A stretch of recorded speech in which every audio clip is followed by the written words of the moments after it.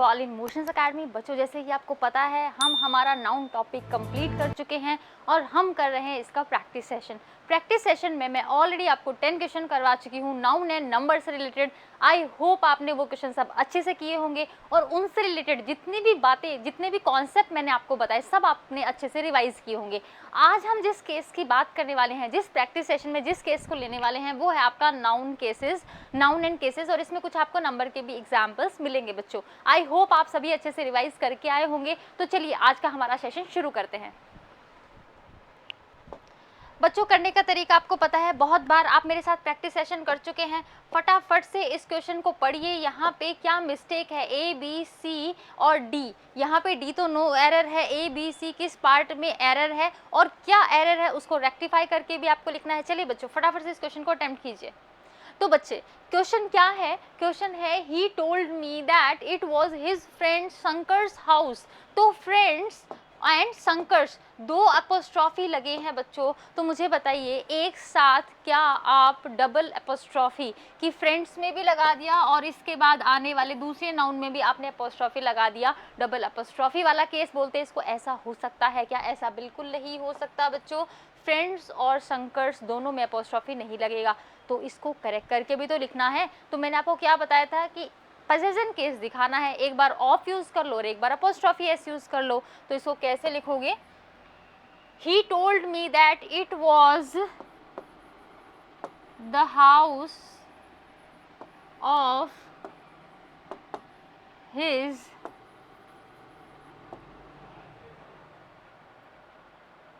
Friends Shankar's house. Okay बच्चों, एक और यहाँ पे चीज है, यहाँ पे आप कैसे लिखोगे? हिज फ्रेंड शंकर्स हाउस, इसको ऐसे कर लो। ये आपका, आई एम सॉरी, ये आपका डबल अपोस्ट्रॉफी वाला केस नहीं है। ये आपका कौन सा केस है? ये आपके नाउन ऑफ अपोजिशन वाला केस है। नाउन ऑफ अपोजिशन क्या बताया था? नाउन ऑफ अपोजिशन मैंने आपको बताया था कि एक नाउन होता है, उसके बारे में कुछ एक्स्ट्रा इन्फॉर्मेशन होती है। तो जो एक्स्ट्रा इन्फॉर्मेशन है नाउन के बारे में, जो नाउन के बाद दी जाती है, उसको क्या कहते हैं? नाउन ऑफ अपोजिशन कहते हैं। जैसे कि हिज फ्रेंड शंकर्स हाउस, ठीक है। तो यहाँ पे हिज फ्रेंड और ये यहाँ पे हिज फ्रेंड के बाद में क्या है? शंकर्स। तो हिज फ्रेंड का नाउन ऑफ अपोजिशन क्या है? शंकर है बच्चों। तो यहाँ पे हिज फ्रेंड, फ्रेंड में आप अपोस्ट्रॉफी नहीं लगाएंगे, आप जो अपोस्ट्रॉफी लगाएंगे वो शंकर्स में लगाएंगे। दोबारा बता देती हूँ, डबल अपोस्ट्रॉफी वाला केस भी मैंने आपको बताया था कि फ्रेंड शंकर का घर है। अब यहाँ पे दो बार फ्रेंड शंकर का, एक बारी का आया ना, ये का के की ही तो पॉजिटिव केस है ना, यही तो पोजीशन दिखाते हैं। तो यहाँ पे डबल अपोस्ट्रॉफी तो आ नहीं सकता, तो एक अपोस्ट्रॉफी हटाना। अब कौन सा केस है? ये है नाउन ऑफ अपोजिशन वाला केस, हिज फ्रेंड शंकर। तो हिज फ्रेंड्स हाउस भी बोल सकता था, लेकिन हिज फ्रेंड उसके बाद में शंकर बोला, तो हिज फ्रेंड के बारे में एक्स्ट्रा इन्फॉर्मेशन दी, उसका नाम बता के, नाम बताया शंकर। तो अब जो अपोस्ट्रॉफी लगनी है वो हिज फ्रेंड में लगेगी कि शंकर में लगेगी? तो शंकर में लगेगी बच्चों। हमेशा अगर नाउन के साथ नाउन ऑफ अपोजिशन है तो नाउन ऑफ अपोजिशन में क्या लगता है? अपोस्ट्रॉफी एस लगता है। लिविंग है इसलिए यहाँ पे इसका पॉजिटिव केस अपोस्ट्रॉफी एस लग के हमने बनाया है। तो आंसर हो जाएगा आपका सी। बाकी देख लेना बच्चों, टेंस आप मुझसे पढ़ चुके हो, पैरेललिज्म आपको पता है। ही टोल्ड मी दैट, ये डायरेक्ट इनडायरेक्ट का केस है कि नहीं? ही टोल्ड मी पास्ट है कि नहीं? तो आगे भी देखना आपने किसका यूज किया है? वॉज का यूज किया है। यहाँ तक चीजें क्लियर हैं? तो चलिए नेक्स्ट क्वेश्चन देखते हैं बच्चों। तो यहाँ पे सेकंड क्वेश्चन आप रीड कीजिए और अच्छा एरर है बच्चों, इसमें आराम से पढ़िए और पता लगाइए, इसका हिंदी ट्रांसलेशन कीजिए, इसका सेंस निकालिए, मीनिंग निकालिए और फिर देखिए कि यहाँ पे क्या आंसर हो सकता है। तो देखिए बच्चों, सेकंड क्वेश्चन क्या है? The astronomer who predicts. Astronomer क्या होते हैं? जो प्रेडिक्ट करते हैं, अनुमान लगाते हैं, द फ्यूचर, फ्यूचर का। हैज़ अराइव्ड, वो आ चुके हैं, ये बोला गया है। तो बच्चों यहाँ पे देखना, एस्ट्रोनॉमर, मुझे बताइए जो एस्ट्रोनॉमर है भविष्य का जो पता लगाते हैं, वो एस्ट्रोनॉमर होते हैं कि एस्ट्रोलॉजर होते हैं? तो यहाँ पे देखना, एक नाउन मैंने क्या लिखा? एस्ट्रोलॉजर, ठीक है। अब मुझे बताइए, भविष्य देखने वाले जो होते हैं उनको आप एस्ट्रोनॉमर बोलते हो कि एस्ट्रोलॉजर बोलते हो? तो भविष्य देखने वाले क्या होते हैं? एस्ट्रोलॉजर होते हैं। फिर एस्ट्रोनॉमर कौन होते हैं? जैसे कल्पना चावला एक एस्ट्रोनॉट थी, तो यहाँ पे एस्ट्रोनॉमर क्या होते हैं? जो स्पेस में जाते हैं और जो प्लैनेट स्टार्स के बारे में स्टडी करते हैं, उनकी पोजीशन क्या है, रोटेशन क्या है, वहाँ पे लाइफ की पॉसिबिलिटी है कि नहीं है, वहाँ पे और कितनी तरह की गैसेस हैं, क्या है, वो सब पता करने वाले क्या होते हैं? एस्ट्रोनॉमर होते हैं। एस्ट्रोलॉजर क्या होते हैं? वो जो आपका हाथ देख के आपके ग्रहों की स्थिति बताते हैं, वो होते हैं आपके एस्ट्रोलॉजर। तो यहाँ पे जैसे मैंने आगे देखा, प्रिडिक्ट द फ्यूचर, एस्ट्रोनॉमर कोई फ्यूचर थोड़ी ना बताता है, फ्यूचर कौन बताते हैं? एस्ट्रोलॉजर। तो किस पार्ट में एरर है बच्चों? ए पार्ट में एरर है। क्या एरर है? Use of proper noun. अगर आपको यहाँ पे एस्ट्रोलॉजर की जरूरत है और एस्ट्रोनॉमर आपको दे रखा है। इसी तरह एस्ट्रोनॉमी भी इन्हीं से बना एक वर्ड है और एस्ट्रोलॉजी भी इन्हीं से एक बना वर्ड है। एस्ट्रोनॉमी क्या होता है? जब हम सेलेस्टियल बॉडीज़, जितनी भी आपके खगोलीय पिंड हैं, उनका जब हम स्टडी करते हैं कि भाई इनका रेडियस क्या है, यहाँ पे इनका सन से डिस्टेंस कितना है, कौन बड़ा है कौन छोटा है, किसका कौन सा आपका जो भी सैटेलाइट है, नेचुरल सैटेलाइट कौन से, आर्टिफिशियल कौन से, वो सब हम पढ़ते हैं, तो वो क्या होता है? एस्ट्रोनॉमी होता है। और एस्ट्रोलॉजी क्या होता है बच्चों? जब यहाँ पे कहते हैं ना शुक्र, आप शुक्र बुध शनि, ये जो हिंदी में जो ग्रह के नाम होते हैं उन सबका स्टडी करते हैं और कहते हैं ना आपके तो राहु पे केतु बैठा है, शनि बैठा है, तो वो जो आपका भविष्य बताते हैं आपके हाथ की रेखाओं देख के, वो जो पढ़ाई होती है वो एस्ट्रोलॉजी होती है। तो यहाँ पे क्या आपको ज़रूरत है? एस्ट्रोनॉमर की जगह एस्ट्रोलॉजर की, use of proper noun. Who predicts the future, ये मुझे बता दीजिए ये क्या है? हु प्रिडिक्ट्स द फ्यूचर क्या है? तो द एस्ट्रोनॉमर तो क्या है? सब्जेक्ट है। और इस सब्जेक्ट के लिए ये क्या आया है बच्चों? ये आया है आपका एडजेक्टिव क्लॉज। तो ये आपका सब्जेक्ट है एस्ट्रोनॉमर, इसके लिए क्लॉज आया हु प्रिडिक्ट्स द फ्यूचर, ये एक क्लॉज आया है। और बच्चों यहाँ पे ध्यान रखना कि क्लॉज में जो आने वाली वर्ब है कौन सी? प्रिडिक्ट एक वर्ब है ना, तो ये किसके अकॉर्डिंग आएगी? अपने एंटीसीडेंट के अकॉर्डिंग आएगी। मतलब आपने हु जो रिलेटिव प्रोनाउन है, प्रोनाउन इससे नेक्स्ट टॉपिक ही पढ़ाऊंगी उसमें बताऊंगी, तो जो रिलेटिव प्रोनाउन है हु, उससे पहले देखिए आपका जो भी नाउन आया है वो आपका सिंगुलर है कि प्लूरल है? तो बच्चों सिंगुलर है, इसलिए आपका प्रेजेंट सिंपल ध्यान कीजिए, वर्ब में SIS प्रेडिक्ट्स आपने यूज़ किया है। और यहाँ पे ये तो एडजेक्टिव क्लॉज की वर्ब हो गई, ये इसकी मेन वर्ब नहीं, इसको लोकल वर्ब बोलते हैं। इसकी मेन वर्ब क्या है? हैज़, तो इसका हेल्पिंग वर्ब है। अराइव्ड इसकी मेन वर्ब की थर्ड फॉर्म है। तो एस्ट्रोनॉमर क्या है? सिंगुलर है, इसलिए यहाँ पे हैज़ यूज़ किया है, हैज़ अराइव्ड हुआ है। इतनी चीज़ें आप समझे तो बच्चों फटाफट से इसको नोट डाउन कर लो। जो मैं एक्स्ट्रा चीज़ें बता रही हूँ उनको ध्यान रखना, क्योंकि इंपॉर्टेंट चीज़ें ही मैं आपसे डिस्कस करती हूँ और ये आपके एग्ज़ाम में अक्सर पूछ ली जाती हैं। ये क्लॉज वाली चीज़ें हैं ना बच्चों, ये मैं आपको अगर टाइम मिलता है हमें तो मैं आपको पढ़ा भी दूंगी, वरना आपको एग्जाम्पल्स के साथ मैं इसको बताती रहूँगी, मेन चीज़ें इसकी। चलिए अब यहाँ पे इस क्वेश्चन को देखिए। थर्ड क्वेश्चन क्या है? फटाफट से जैसे ही मैं क्वेश्चन आपके सामने रखा करूँ, आप वीडियो पॉज करके और उसको अटेम्प्ट करने की कोशिश किया करो। जैसे ही आप अटेम्प्ट कर लो, सही करो गलत करो बच्चों, सोचना ज़रूर है। जैसे ही आप इसको सोच लो वैसे ही आप क्या करना, यहाँ पे वीडियो को प्ले कर लेना। तो फटाफट कीजिए इसको। जो थर्ड क्वेश्चन है क्या है? Santosh lives by the principles he profess. तो यहाँ पे क्या लिखा है कि Santosh live by his principle. तो बच्चों लिव बाय क्या है? पहली बात तो ये समझो बच्चों, ये एक आपकी फ्रेजल वर्ब है।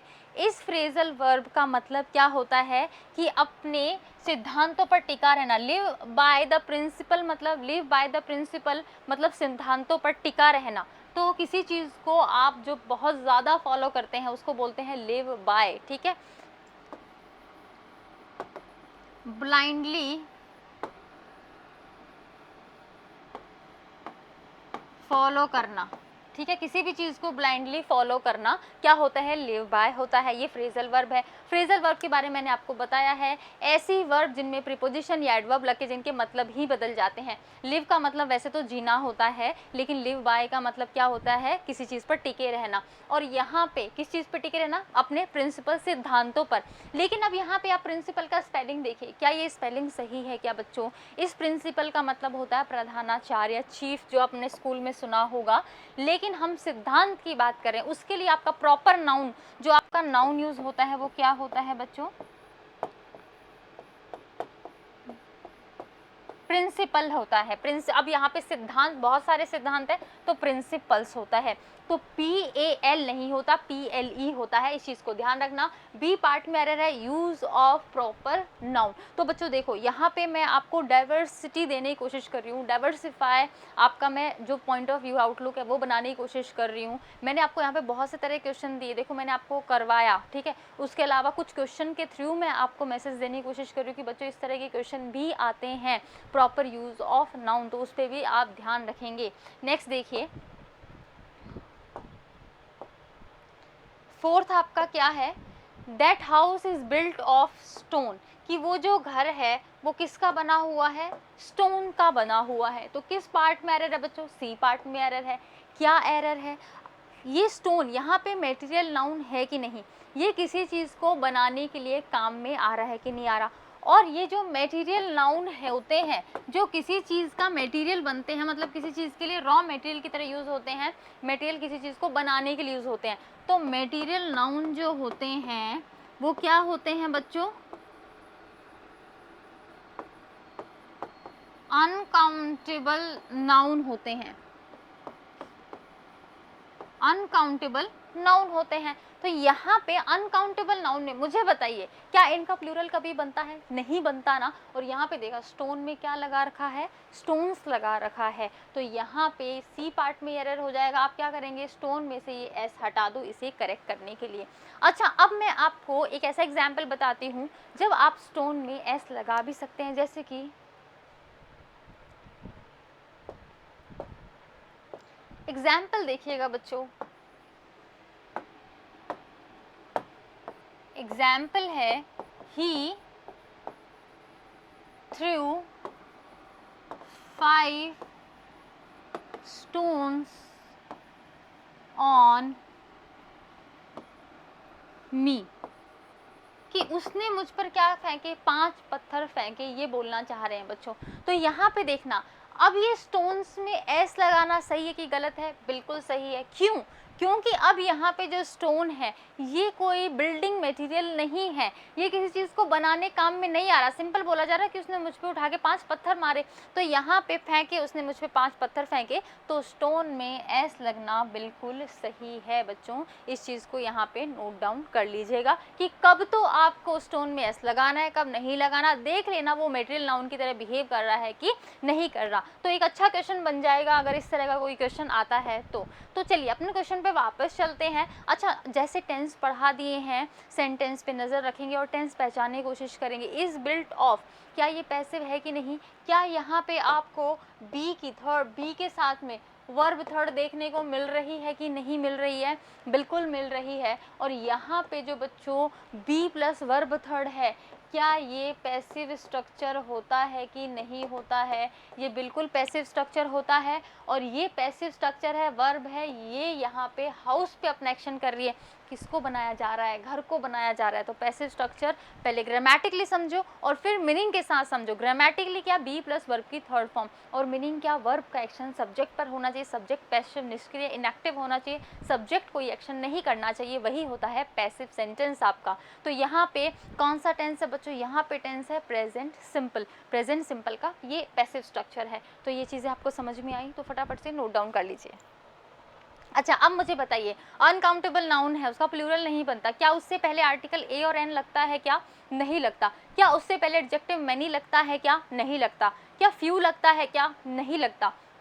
लिटिल लग सकता है, बिल्कुल लग सकता है। मच लग सकता है, बिल्कुल लग सकता है। अच्छा ऐसे यहाँ पे मैंने आपको कुछ नाउन बताए थे जो कि अनकाउंटेबल नाउन की कैटेगरी में आते हैं, मतलब उनका प्लूरल कभी नहीं बनता और उनके साथ हमेशा सिंगुलर वर्ब। चलिए जरा फटाफट से वो सारे नाउन अपनी नोटबुक में मुझे लिख के फटाफट से बता दीजिए। तो बच्चे आई होप आपने लिखे होंगे, देखिएगा आपने फर्नीचर लिखा होगा, इक्विपमेंट लिखा होगा, मशीनरी लिखा होगा, लगेज लिखा होगा, बैगेज लिखा होगा, वेस्टेज लिखा होगा, स्टैम्पेज लिखा होगा, स्टेशनरी लिखा होगा, डस्ट लिखा होगा, डर्ट लिखा होगा, इलेक्ट्रिसिटी लिखा होगा एंड सो ऑन। और यहाँ पे अगर आपका कोई भी छूट गया, ज्वेलरी भी इसका एग्जाम्पल है, वो फटाफट से आप पीछे अपने पेज टर्न करो और उससे मैच करो कि कौन सा नाउन आपने छोड़ा है। जब भी इस तरह का नाउन सामने है पूरी लिस्ट रिवाइज करो बच्चों, क्या पता कौन सा नाउन आपसे एग्जाम में पूछ लिया जाए। तो यहाँ पे चलिए बढ़ते हैं आगे। अब यहाँ पे फिफ्थ क्वेश्चन देखिए, फटाफट से इसको करने की कोशिश कीजिए, बहुत ही सिंपल क्वेश्चन है, अभी अभी इसका कुछ पार्ट मैंने आपको बताया है।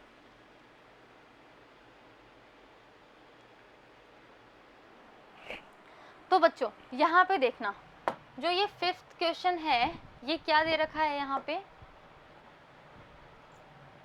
कि there should be no furnitures in my room, कोई भी फर्नीचर नहीं होना चाहिए मेरे कमरे में। तो यहाँ पे एक ऑर्डर दिया जा रहा है, शुड मॉडल यूज किया जा सकता है, मॉडल के बाद वर्ब की फर्स्ट फॉर्म आती है और यहाँ पे बी रख रखा है आपने वर्ब की फर्स्ट फॉर्म के रूप में होने का सेंस दे रहा है। तो यहाँ पे देखना फर्नीचर, मुझे बता दीजिए क्या ये अनकाउंटेबल नाउन है? क्या फर्नीचर गिन सकते हो? क्या आप कहेंगे नहीं मैम गिन तो सकते हैं, टेबल गिन लो, चेयर गिन लो, गिन तो सकते हैं, 10 चेयर है, 5 टेबल है, 2 बेड है। तो बच्चों मैं फिर से आपको बता दूं, आप चेयर टेबल और बेड गिन रहे हैं, फर्नीचर नहीं गिन रहे, दिमाग में आपके फर्नीचर है, गिन कुछ और रहे हैं आप। तो यहाँ इस चीज़ को ध्यान रखिएगा, आंसर हो जाएगा बी, फर्नीचर से एस हटा दीजिए। अभी जो लिस्ट बताई अनकाउंटेबल नाउन की, उसी लिस्ट का ये क्या है आपका नाउन है। 6 क्वेश्चन देखिए और फटाफट से इसको अटेम्प्ट करने की कोशिश कीजिए। तो बच्चों यहाँ पे इसको थोड़ा सा बड़ा कर देती हूँ मैं आपके लिए।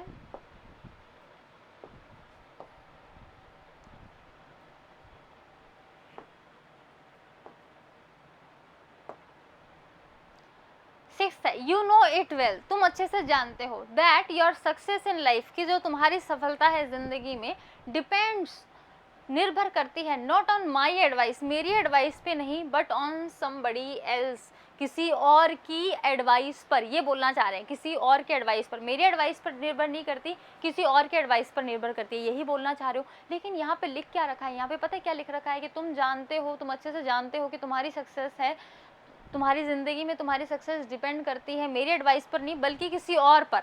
तो किसी और पर ये नहीं, सेम चीज़ का कंपैरिजन सेम चीज़ से करो, एडवाइस का कंपैरिजन एडवाइस से करो। भाई मेरे एडवाइस का असर नहीं होता, किसी और के एडवाइस का होता है, हम ये बोलना चाह रहे हैं।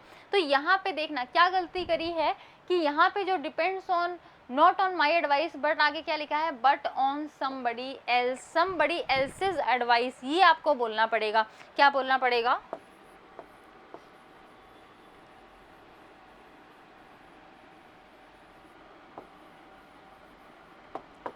somebody else's advice,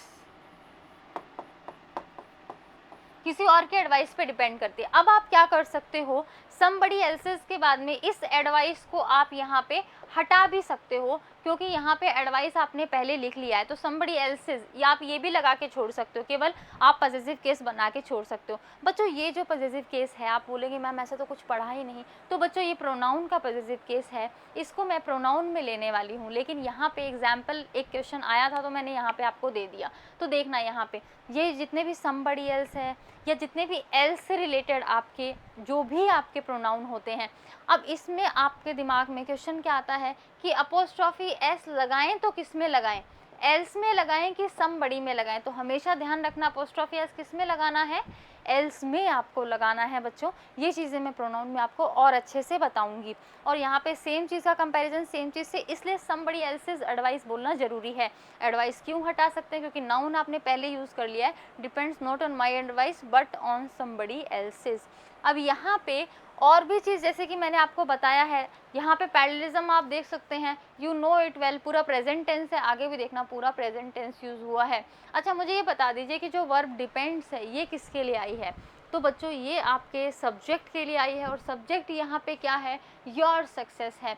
एक तो ये सेंटेंस है यू नो इट वेल, फिर दैट कंजंक्शन है, कंजंक्शन के बाद क्या आता है, सेंटेंस आता है कि नहीं आता, तो ये सेंटेंस का सब्जेक्ट क्या है, योर सक्सेस है। इन क्या है, प्रीपोजिशन है, प्रीपोजिशन के बाद क्या आता है, ऑब्जेक्ट आता है। लाइफ क्या है, आपका ऑब्जेक्ट है।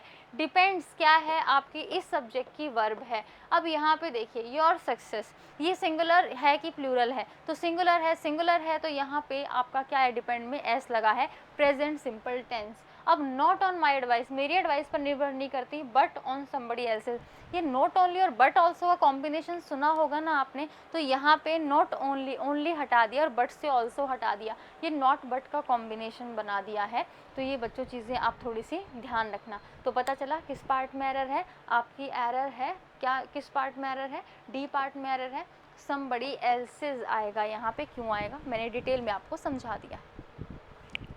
नेक्स्ट देखिए बच्चों 7th, चलिए फटाफट से इसे करने की कोशिश कीजिए।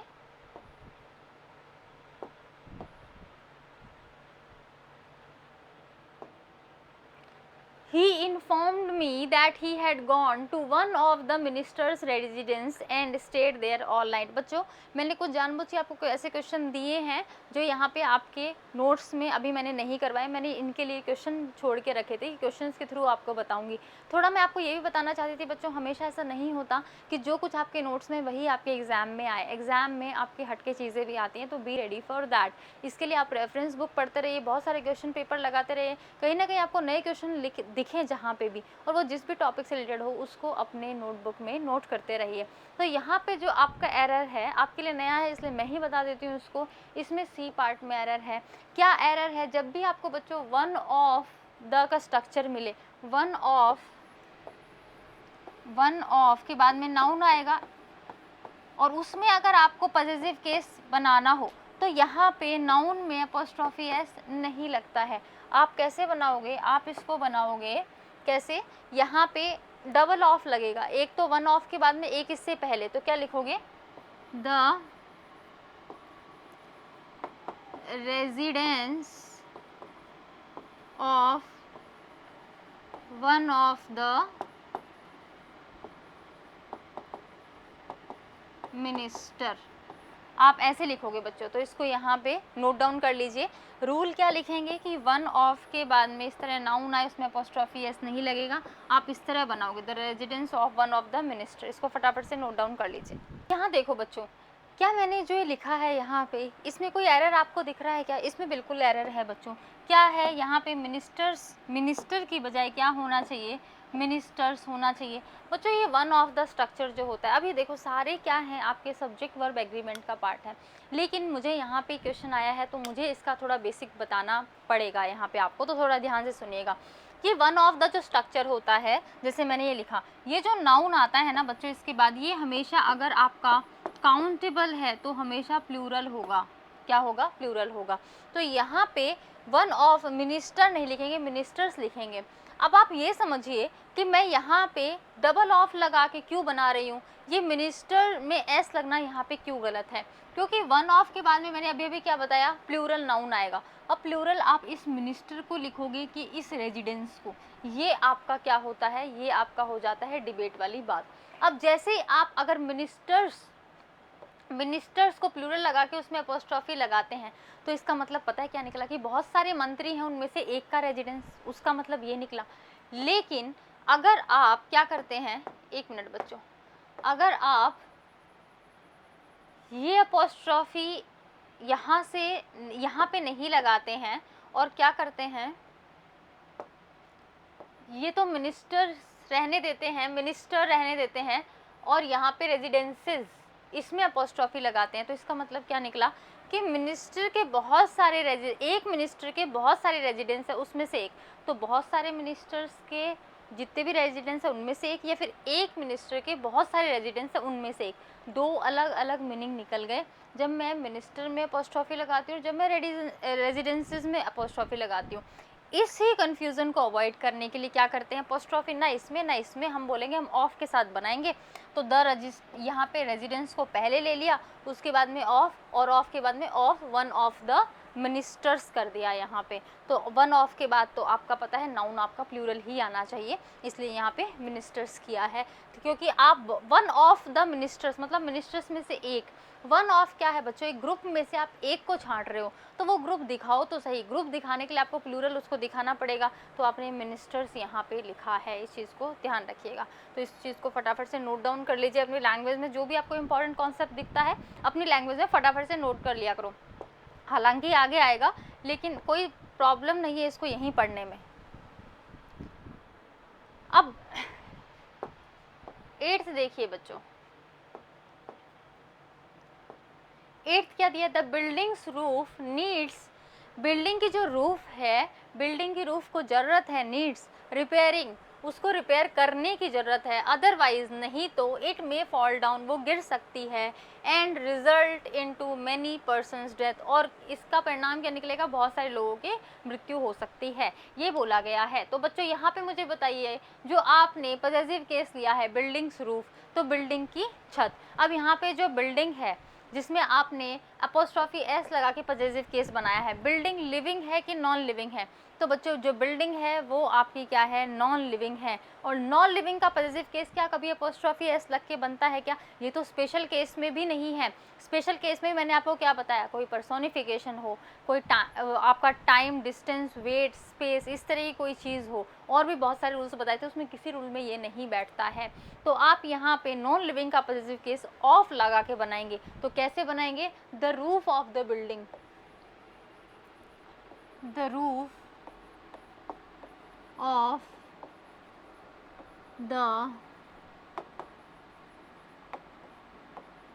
बिल्डिंग। आप क्या बोलेंगे? The roof of the building. A part में एरर हो जाएगा। बहुत ही सिंपल है बच्चों। अच्छा आगे देख लेते हैं, नीड्स क्या है यहाँ पे। नीड मैंने एक मॉडल बताई थी, और नीड आपकी मेन वर्ब भी होती है, आपके टेंस में यूज़ भी हो सकती है। तो मुझे बताइए मॉडल है कि क्या कोई अदर टेंस यहाँ पे यूज़ हुआ है? तो बच्चों ये मॉडल नहीं है, ये क्या है, प्रेजेंट सिंपल है। नीड में साफ साफ एस लगा दिख रहा है, मॉडल में एस नहीं लगता, ठीक है। और यहाँ पे अगर ये टेंस है तो कौन सा टेंस है? प्रेजेंट सिंपल, क्योंकि the roof of the building, the roof आपका सिंगुलर सब्जेक्ट है, इसलिए वर्ब में एस या एस लगा है, नीड्स लगा है।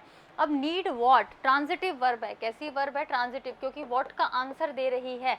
तो नीड वॉट? Need repairing. अब ये रिपेयरिंग क्या? आप कहेंगे रिपेयर तो वर्ब है, आईएनजी लगा है, वर्ब की आपने पहचान बता रखी है कि आईएनजी लग जाए तो वर्ब है, तो मैं भी कहूँगी वर्ब है। लेकिन यहाँ पे ये क्या है? जिरंड है बच्चों। वर्ब आईएनजी आपका क्या होता है? जिरंड भी होता है। तो यहाँ पे देखना जिरंड क्या होता है। जिरंड का पार्ट ऑफ स्पीच बताओ, नाउन। और नाउन आपका ऑब्जेक्ट की जगह पे आ सकता है कि नहीं आ सकता? जब वर्ब को मुझे नाउन बनाना पड़ जाए तो मैं जिरंड या इन्फिनेटिव की फॉर्म में बनाती हूँ। यहाँ पे जिरंड लिया हुआ है, नीड्स रिपेयरिंग, रिपेयर करने की ज़रूरत है, नहीं तो इट मे फॉल। तो मे क्या है? मॉडल है, मॉडल के साथ वर्ब की फर्स्ट फॉर्म फॉल डाउन। और यहाँ पे दो वर्ब, कौन सा? फॉल डाउन एंड रिजल्ट, ये आपका एंड कंजंक्शन से जुड़ी है। तो यहाँ पे हर वर्ड का डाइसेक्शन करो, हर वर्ड को समझो बच्चों कि क्यों कैसे इसका यूज़ हुआ है, ठीक है। नेक्स्ट देखिए आपका 9th क्वेश्चन, चलिए फटाफट से इसको अटेम्प्ट कीजिए। यहाँ पे विजिटेड से पहले बच्चों आई लगा लीजिए। I visited John's and Mary's house twice but found the couple absent. कर लिया होगा बच्चों, बहुत सिंपल क्वेश्चन है। तो देखना, आई विजिटेड, मैंने विजिट किया, मतलब मैं मिलने गया। किसको? जोन्स एंड मैरीज हाउस, इन दोनों के घर पे मैं मिलने गया। ट्वाइस, दो बार, बट फाउंड, लेकिन पाया, द कपल एब्सेंट, की कपल एब्सेंट थे। अब देखना कपल, कपल से क्या समझ में आया? जॉन एंड मैरी क्या है? मैरिड हैं, शादीशुदा हैं। तो इन दोनों का जो घर होगा वो एक ही घर होगा। अगर एक ही घर है तो दोनों में अपोस्ट्रॉफी एस क्यों लगाए? किसी एक में लगाओ। तो आप कहेंगे नहीं, मैरी से हटा के जॉन में लगा दो, नहीं ये नहीं चलेगा, बाद वाले में लगाते हैं। तो जॉन वाला हटा के क्या लगाओ? मैरी वाले में रहने दो। तो जॉन एंड मैरीज हाउस, दोनों का घर एक ही है, इसलिए क्या करेंगे? जॉन एंड मैरीज हाउस बोलेंगे। अच्छा बच्चों, अगर यहाँ पे कपल लिखा भी नहीं होता, आप कहीं कहीं पे भी सेंटेंस में मेंशन नहीं होता कि जॉन एंड मैरी आपस में कपल है, तो इस सेंटेंस को कैसे सही करते? तो किस पार्ट में एरर होता? तो भी बी पार्ट में एरर होता। अब क्या एरर है? अब देखो आप यहाँ पे, अगर यहाँ पे जॉन में भी आपने क्या लगाया है? अपोस्ट्रॉफी लगाया है, और आपने मैरी में भी अपोस्ट्रॉफी लगाया है। इसका मतलब कि यहाँ पे दो घर की बात हो रही है, एक तो है जॉन का और एक है मैरी का, यही इसका मतलब हुआ। जब दो घरों की बात हो रही है तो हाउस क्यों लिख रखा है? फिर हाउसेज लिखो, दो घर तो प्लूरल हुए ना, और आपका हाउस का प्लूरल क्या होता है? हाउसेज होता है। तो या तो इस तरह लिखो, फिर भी बी पार्ट में एरर है। तो समझिए आप किस तरह आप एक ही, अगर नाउन, अगर आपका नाउन है वो कनेक्टेड है जॉन और मैरी दोनों से, इस पे जो अधिकार है वो जॉन और मैरी दोनों का है, तो केवल एक में पॉसेसिव केस लगेगा, और वो किसमें? बाद वाले में, पहले में नहीं। लेकिन अगर दोनों का अलग अलग अधिकार है, दोनों के अलग अलग घर की बात कर रहे हैं कि John's house and Mary's house, तो यहाँ पे क्या करते हैं? अगर ऐसा हो, अगर ये बोलना हो John's house and Mary's house, तो हम क्या करते हैं? इस हाउस को बार बार ना बोलने की बजाय एक बार ही बोल देते हैं जॉन्स एंड मैरीज हाउसेस, ठीक है। 2 बार इसको लिखा तो 2 बार इसको आया, तो ये हाउसेस बन गया बच्चों। तो यहाँ पे इस चीज़ को ध्यान रखिए, फटाफट से नोट डाउन कर लीजिए। अब देखिए आपका जो 10th क्वेश्चन है बच्चों, फटाफट से रीड कीजिए। ये तो मैंने आपको क्लास में भी डिट्टो एग्जाम्पल करवाया हुआ है, बहुत आसान है। तो देखिए 10th क्वेश्चन क्या है, a tons weight is too heavy. एक जो टन का भार होता है, 1 टन का भार वो बहुत ही ज़्यादा भारी होता है। Is too heavy for anyone to carry on his head, अपने सर पर उठाने के लिए बहुत ही भारी होता है। बच्चों आपने टू और टू का कॉम्बिनेशन पढ़ा होगा। देखो कॉम्बिनेशन भी यहाँ पे बता रही हूँ मैं आपको, हर चीज़ पे ध्यान रखना है बच्चों, आगे जाके पढ़ाऊँगी। लेकिन ऐसा तो नहीं है ना कि कभी टू और टू लाइफ में सुना ही नहीं है। तो जब सुन रखा है और आपका सेंटेंस में आया है तो एक बार इसका इम्प्लीमेंटेशन देख लो, एप्लीकेशन देख लो कैसे यूज़ हुआ है। तो क्या है, ये जो टू होता है ये क्या है, यहाँ पे एडवर्ब है। ये जो टू है ये क्या है, एडवर्ब है। और ये टू क्या है, ये टू आपका प्रीपोजिशन वाला है। तो यहाँ पे देखना, too heavy, you are good, you are bad, you are heavy. Heavy क्या है बच्चों, हैवी है आपका एडजेक्टिव। और एडजेक्टिव को डिफाइन करने के लिए क्या आता है, एडवर्ब आता है कि बहुत ही ज़्यादा भारी है। फॉर एनीवन, किसी के भी लिए, और किस चीज़ के लिए, उसको उठाने के लिए, टू कैरी। तो यहाँ पे अब देखना, ये जो है टू कैरी, तो ये टू कैरी क्या है, ये कैरी क्या है बच्चों, वर्ब है कि नहीं है। ईडी लगता है क्या, कैरिड होता है क्या, कैरिंग होता है क्या, बिल्कुल होता है, कैरिंग होता है, कैरिड होता है, ईडी लगता है, एनजी लगता है, इसलिए ये वर्ब है। और वर्ब से पहले टू आया है तो देखना ये प्रीपोजिशन वाला नहीं, ये क्या है, इन्फिनेटिव वाला है, इन्फिनेटिव वाला है, इन्फिनेटिव वाला है, इस चीज़ को ध्यान रखिएगा, ठीक है। अच्छा पहले मैंने इसको प्रीपोजिशन वाला बोला था क्या, आई एम सॉरी, ठीक है, बाय मिस्टेक। तो यहाँ पे क्या है कि जो टू है ये प्रीपोजिशन वाला नहीं, इन्फिनेटिव वाला है। भाई ये हैवी तो है, लेकिन किस चीज़ के लिए, वो जो करना है वो तो वर्ब से बोलना पड़ेगा, और वो इन्फिनेटिव से, टू प्लस वर्ब की फर्स्ट फॉर्म इन्फिनेटिव होता है। यहाँ पे लिख भी लीजिएगा, इस तरह पढ़ो बच्चों, सारी चीज़ें ध्यान में रख के पढ़ो। टेंस भी देखो, यहाँ पे अगर कोई एडजेक्टिव एडवर्ब आया उसको भी देखो कैसे यूज़ हुआ है, उसको देखो। टू कैरी, और कैरी कहाँ पे, ऑन हिज हेड, उसके हेड पे। ऑन क्या है, प्रीपोजिशन है कि नहीं, और हिज हेड क्या है, ऑब्जेक्ट है कि नहीं। तो बच्चों इस चीज़ को ध्यान रखो। तो यहाँ पे क्या हो जाएगा, नो एरर, किसी में भी एरर नहीं है।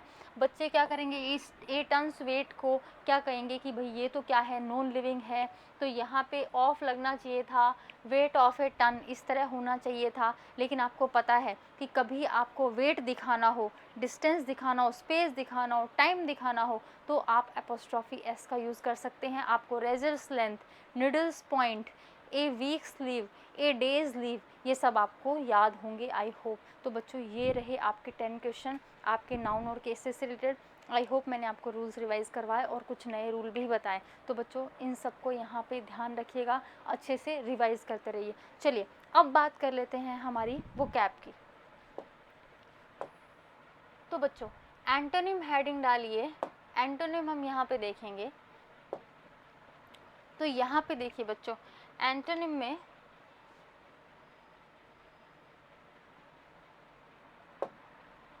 अबोर, अबोर क्या होता है, अबोर होता है किसी से घृणा करना, घृणा करना। अच्छा इसके लिए बड़ा करूँ थोड़ा आपके लिए, ठीक है, आई होप अब ठीक है। तो अबोर क्या होता है बच्चों, घृणा करना, किसी से हेट, लोथ भी होता है, इसका सिनोनिम जाता है। लेकिन अब एंटोनिम की बात कर रहे हैं तो क्या हो गया, लव, लाइक, एडमायर, तीनों ही सिंपल है, प्रेज करना, प्रशंसा करना, प्यार करना, पसंद करना किसी को। नेक्स्ट देखना, एक्सेप्ट आप समझते हैं बच्चों, इस एक्सेप्ट के साथ ये एक्सेप्ट भी आपको पता होना चाहिए। ये एक्सेप्ट क्या होता है बच्चों, ये होता है प्रीपोजिशन, इसका मतलब होता है कि सिवाय, ठीक है। और एक्सपेक्ट पता है ना, मेरी एक्सपेक्टेशन है तुमसे, एक्सपेक्ट, एक्सपेक्ट क्या है, वर्ब है। इसका मतलब क्या होता है, इसका मतलब होता है उम्मीद, किसी से कोई उम्मीद, किसी से कोई होप, एक्सपेक्ट, ठीक है। और ये एक्सेप्ट है, ये भी क्या है बच्चों, ये जो एक्सेप्ट है ये वर्ब है, मतलब स्वीकार करना। होमोफोन्स अक्सर आपके फिल इन द ब्लैंक्स में आ जाते हैं, आपको पता होना चाहिए कि क्या मीनिंग होता है, क्या पार्ट ऑफ स्पीच है, जिससे कि आप उस फिल इन द ब्लैंक में प्रॉपर वर्ड, एक सुटेबल वर्ड को रख पाएँ। तो यहाँ पे एक्सेप्ट हो गया, एक्सेप्ट हो गया और एक्सपेक्ट हो गया, ये सी है, ठीक है। तो स्वीकार करना, इसका अपोजिट क्या हो जाएगा, रिफ्यूज़ हो गया, डिनाई हो गया, रिजेक्ट हो गया। एक और लिखो, रिफ्यूट, ये भी होता है खंडन करना किसी बात का। कोई बात किसी ने कह दिया, आपने मना कर दिया, ऐसा तो है नहीं, तो रिफ्यूट कर दिया। तो रिफ्यूट, रिफ्यूज, डिनाई और रिजेक्ट, ये क्या हो गए, इसके एंटोनिम हो गए बच्चों। चलिए आगे देखते हैं। एबल, एबल क्या होता है, किसी चीज़ में समर्थ होना, किसी चीज़ में योग्य होना। और यहाँ पे इसका एंटोनिम क्या हो जाएगा, इनकॉम्पिटेंट होता है बच्चों। इनकम्प्लीटेंट क्या लिखा हुआ है, इनकॉम्पिटेंट है, इनकॉम्पिटेंट। कॉम्पिटेंट होता है योग्य, कंपटीशन से बना है कॉम्पिटेंट, ठीक है। कंपटीशन जो भी कॉम्पिटेंट जो कंपटीशन कर सकता है, योग्य है, जिसके अंदर एबिलिटी है। लेकिन इनकॉम्पिटेंट मतलब जो अयोग्य है, जिसमें एबिलिटी ही नहीं है।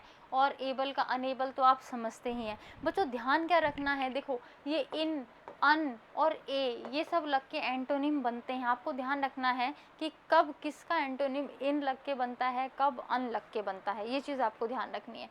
नेक्स्ट देखना, एक्विट। एक्विट क्या होता है, बाइज्जत बरी कर देना, रिहा कर देना। जैसे किसी पे कोई केस चल रहा है, मुकदमा चल रहा है, उसके बाद में जब जज जो है वो अपना ऑर्डर पास करते हैं और उसको बरी कर देते हैं, तो उसको क्या कर दिया, एक्विट कर दिया। अब यहाँ पे इसका एंटोनिम क्या हो गया, अक्यूज, किसी पे आरोप लगाना, ठीक है।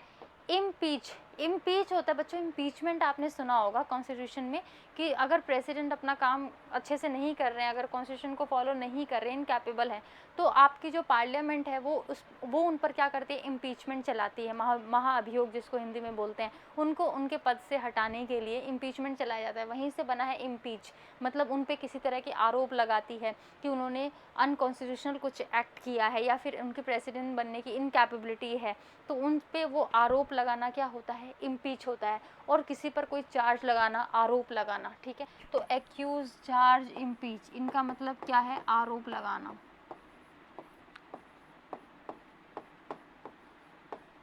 आरोप लगाना इसका मतलब होता है। तो यहाँ पे आपने सब देख लिया बच्चों। चलिए नेक्स्ट देखते हैं। एफिलेंट, थोड़ा ब्राइटनेस डिक्रीज कर देती हूँ, आपको देखने में आसानी रहेगी। ओके, अब बिल्कुल नहीं दिखाई दे रहा, एक मिनट।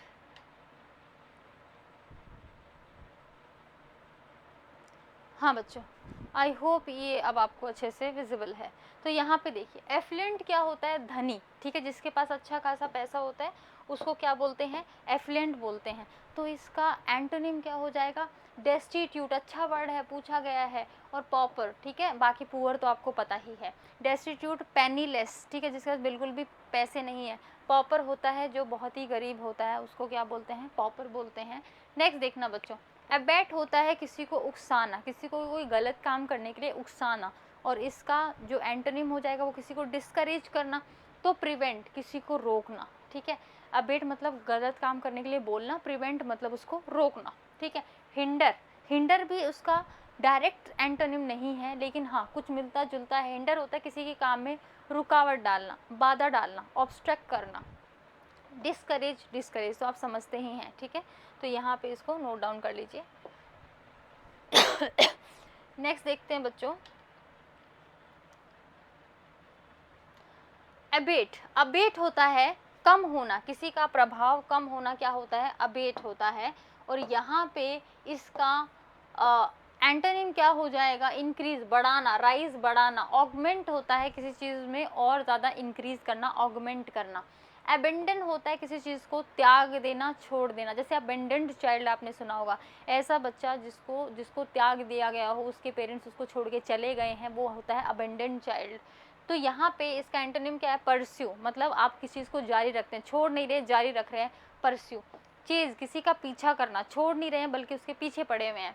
रिटेन, किसी चीज़ को बनाए रखना, ठीक है। तो ये सब इसके क्या हो गए, एंटोनिम हो गए। जो मैं मीनिंग बोल रही हूँ बच्चों, सारे इजी सिंपल हैं, इसलिए मैं बार बार लिख नहीं रही। लेकिन फिर भी अगर आपको इनके मीनिंग्स में प्रॉब्लम आती है, आप वीडियो पॉज करो और इनके मीनिंग को यहाँ पे नोट डाउन करके लिख लो।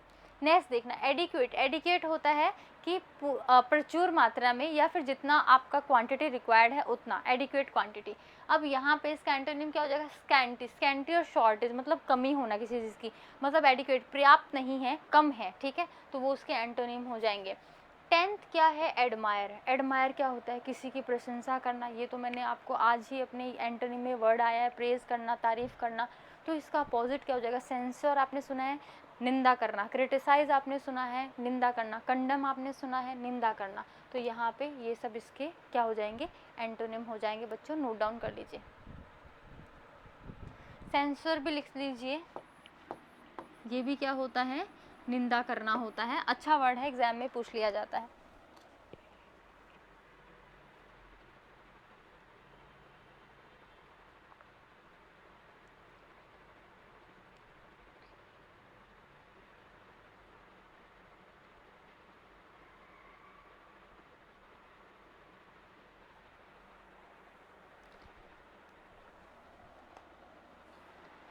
तो बच्चों इसी के साथ इस सेशन को हम यहाँ पे वाइंड अप करते हैं। नेक्स्ट सेशन में मैं आपसे मिलूंगी ग्रामर के कुछ नए और इम्पॉर्टेंट कॉन्सेप्ट के साथ में और कुछ नई वोकैब के साथ में। So until the next class, take care, study hard and revise all your material. जय हिंद।